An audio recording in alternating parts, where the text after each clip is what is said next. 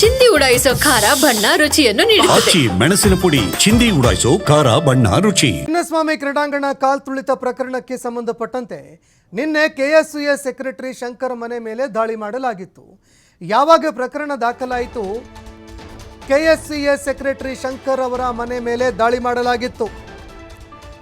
Karnataka cricket ಸಂಸ್ಥೆಯ secretary ಅವರ ಮನೆ ಮೇಲೆ ದಾಳಿ ಮಾಡಲಾಗಿತ್ತು. ರಾತ್ರಿ ಸಿಸಿಬಿ ಪೂರ್ವ ವಿಭಾಗದ ಪೊಲೀಸ್ ಅಧಿಕಾರಿಗಳು ದಾಳಿ ಮಾಡಿದ್ರು. ಆರ್ಸಿಬಿ ಮ್ಯಾನೇಜ್ಮೆಂಟ್ ಉಪಾಧ್ಯಕ್ಷ ರಾಜೇಶ್ ಮೆನನ್ ಅವರ ಮನೆ ಮೇಲೂ ಕೂಡ ದಾಳಿ ಮಾಡಿದ್ರು. ಯಾರು ಮ್ಯಾನೇಜ್ ಮಾಡೋದಕ್ಕೆ ಅಂತ ಮ್ಯಾನೇಜ್ಮೆಂಟ್ನ ಉಪಾಧ್ಯಕ್ಷರಾಗಿದ್ದರು ರಾಜೇಶ್ ಅವರ ಮನೆ ಮೇಲೂ ಕೂಡ ದಾಳಿ ಮಾಡಲಾಗಿತ್ತು. ಪೊಲೀಸರು ದಾಳಿ ಮಾಡಿದಂತಹ ಸಂದರ್ಭದಲ್ಲಿ ದಾಳಿ ಮಾಡಿದ ಮಾಹಿತಿಗಳು ಸಿಗ್ತಾ ಇದ್ದಂತೆ ಆರೋಪಿಗಳು ಎಸ್ಕೇಪ್ ಆಗಿದ್ದಾರೆ. ಮಲ್ಲೇಶ್ವರಂನಲ್ಲಿ ಇರುವಂತಹ ಶಂಕರ್ ಅವರ ನಿವಾಸಕ್ಕೆ ಅಧಿಕಾರಿಗಳು ಲಗ್ಗೆ ಇಟ್ಟಿದ್ರು. ಇಂದಿರಾ ನಗರದಲ್ಲಿ ಇರುವಂತಹ ರಾಜೇಶ್ ಮೆನನ್ ಅವರ ನಿವಾಸದ ಮೇಲೂ ಕೂಡ ದಾಳಿಯಾಗಿತ್ತು. ಆದರೆ ಬಿಳಿ ಬಣ್ಣದ ಫಾರ್ಚುನರ್ ಕಾರಿನಲ್ಲಿ ಶಂಕರ್ ಎಸ್ಕೇಪ್ ಆಗಿದ್ದಾರೆ ಅನ್ನೋ ಮಾಹಿತಿ ಲಭ್ಯವಾಗ್ತಾ ಇದೆ. ಇನ್ನು ದೃಶ್ಯಾವಳಿಯಲ್ಲಿ ನೀವು ನೋಡ್ತಾ ಇದ್ದೀರಿ, ಅವರ ಒಂದು ದೃಶ್ಯ ಕೂಡ ನಮಗೆ ಲಭ್ಯವಾಗಿದೆ. ಶಂಕರ್ ಅವರ ಒಂದು ವಿಡಿಯೋ ನಮಗೆ ಲಭ್ಯವಾಗಿದೆ. ಅಧಿಕಾರಿಗಳ ಜೊತೆಗೆ ಅವರು ಮಾತನಾಡ್ತಾ ಇರುವಂತಹ ಒಂದು ವಿಡಿಯೋ ಲಭ್ಯವಾಗಿದೆ. ನಿನ್ನೆ ರಾತ್ರಿ ಅವರ ಮನೆ ಮೇಲೆ ದಾಳಿ ಮಾಡ್ತಾ ಇರುವಂತಹ ವಿಚಾರ ಯಾವಾಗ ಗೊತ್ತಾಯಿತು, ಈ ವಿಚಾರ ಗೊತ್ತಾಗ್ತಾ ಇದ್ದಂತೆ ಅವರು ಅಲ್ಲಿಂದ ಎಸ್ಕೇಪ್ ಆಗ್ತಾರೆ. ಬಿಳಿ ಬಣ್ಣದ ಫಾರ್ಚುನರ್ ಕಾರ್ನಲ್ಲಿ ಅವರು ಎಸ್ಕೇಪ್ ಆಗಿದ್ದಾರೆ ಅನ್ನೋ ಮಾಹಿತಿ ಲಭ್ಯವಾಗ್ತಾ ಇದೆ. ಇನ್ನು ಕೆಎಸ್ಸಿಎ ಖಜಾಂಚಿ ಆಗಿರುವಂತಹ ಜಯರಾಮ್ ಏನಿದ್ದಾರೆ, ಅವರ ಒಂದು ವಿಡಿಯೋ ಕೂಡ ಲಭ್ಯವಾಗಿರುವಂಥ ಇಬ್ಬರೂ ಕೂಡ ಸೇರಿಕೊಂಡು ಪೊಲೀಸ್ ಸ್ಟೇಷನ್ಗೆ ಹೋಗಿದ್ರು. ಅಧಿಕಾರಿಗಳಿಂದ ಪರ್ಮಿಷನ್ ಪಡೆದುಕೊಳ್ಳೋದಕ್ಕೆ ಹೋಗಿದ್ರ ಏನು ಎತ್ತ ಅನ್ನುವಂಥದ್ದನ್ನು ಕೂಡ ನೋಡಬೇಕಾಗತ್ತೆ. ಒಂದು ವೇಳೆ ಇವರಿಬ್ಬರೇ ಹೋಗಿ ಪರ್ಮಿಷನ್ ಪಡೆದುಕೊಂಡಿದ್ದು ನಿಜ ಆಗಿದ್ದೇ ಆದರೆ ಅವರ ವಿರುದ್ಧ ಕಠಿಣ ಕ್ರಮ ಆಗುವಂತಹ ಸಾಧ್ಯತೆ ಕೂಡ ಇದೆ. ಯಾಕಂದರೆ ತರಾತುರಿಯಲ್ಲಿ ಕಾರ್ಯಕ್ರಮ ಆಯೋಜನೆ ಮಾಡೋದಕ್ಕೆ ಏನು ಕಾರಣ ಆಯಿತು ಅನ್ನುವಂತಹ ಪ್ರಶ್ನೆ ಎಲ್ಲರನ್ನ ಕಾಡ್ತಾ ಇದೆ. ರಾಜ್ಯ ಸರ್ಕಾರ ಕೂಡ ಇದರಲ್ಲಿ ತರಾತುರಿಯಾಗಿ ಪರ್ಮಿಷನ್ ಕೊಡ್ತು.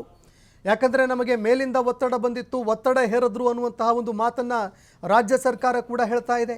ಆದರೆ ಒತ್ತಡ ಹೇರಿದವರು ಯಾರು, ಈ ಪ್ರಶ್ನೆ ಈಗ ಎದುರಾಗ್ತಾ ಇರುವಂಥದ್ದು.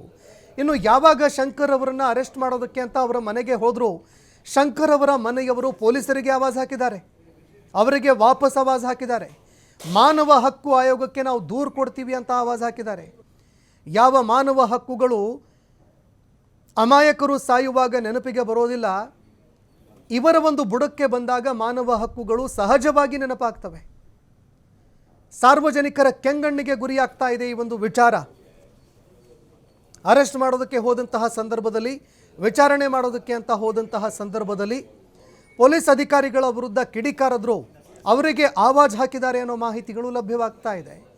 ಹೀಗಾಗಿ ಶಂಕರ್ ಅವರನ್ನು ಅರೆಸ್ಟ್ ಮಾಡುವಂಥದ್ದು ಯಾವಾಗ ಅನ್ನೋ ಪ್ರಶ್ನೆ ಕೂಡ ಈಗ ಎದುರಾಗ್ತಾ ಇರುವಂಥದ್ದು.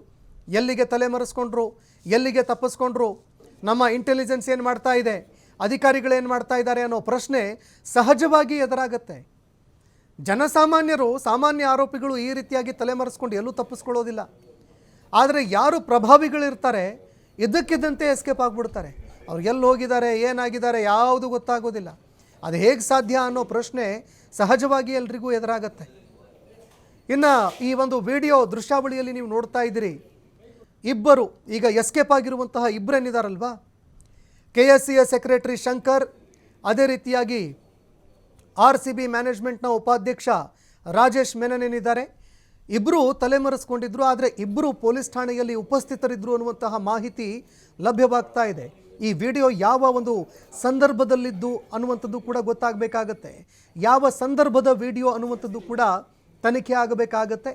ಯಾಕಂದರೆ ಒಂದು ವೇಳೆ ಖುದ್ದಾಗಿ ಇವರೇ ಠಾಣೆಗೆ ತೆರಳಿ ಪರ್ಮಿಷನ್ಗಾಗಿ ಏನಾದರೂ ಮನವಿ ಮಾಡಿಕೊಂಡಿದ್ದೇ ಆದರೆ ಆಗ ಕಠಿಣ ಕ್ರಮ ಆಗಲೇಬೇಕಾಗತ್ತೆ. ಯಾಕಂದರೆ 11 ಜನರ ಅಮಾಯಕರ ಸಾವಿನ ವಿಚಾರ ಇಡೀ ರಾಜ್ಯವನ್ನು ದುಃಖದ ಒಂದು ಮಡುವಿಗೆ ದೂಡಿತ್ತು. ಇದನ್ನು ಯಾರೂ ಅಲ್ಲಗಳೆಯೋದಕ್ಕಾಗಲ್ಲ. ಚಿಕ್ಕ ಚಿಕ್ಕ ಪುಟ್ಟ ಪುಟ್ಟ ಮಕ್ಕಳು, ಯುವಕರು ಸಾವನ್ನಪ್ಪಿದ್ರು. ಹೀಗಾಗಿ ಈ ಪ್ರಕರಣಕ್ಕೆ ಸಂಬಂಧಪಟ್ಟಂತೆ ಇದೀಗ ಇಡೀ ರಾಜ್ಯದಾದ್ಯಂತ ಆಕ್ರೋಶ ವ್ಯಕ್ತವಾಗ್ತಾ ಇರುವ ಬೆನ್ನಲ್ಲೇ ರಾಜ್ಯ ಸರ್ಕಾರ ಕೂಡ ಈಗ ಗಂಭೀರವಾಗಿ ಪರಿಗಣಿಸಿದೆ.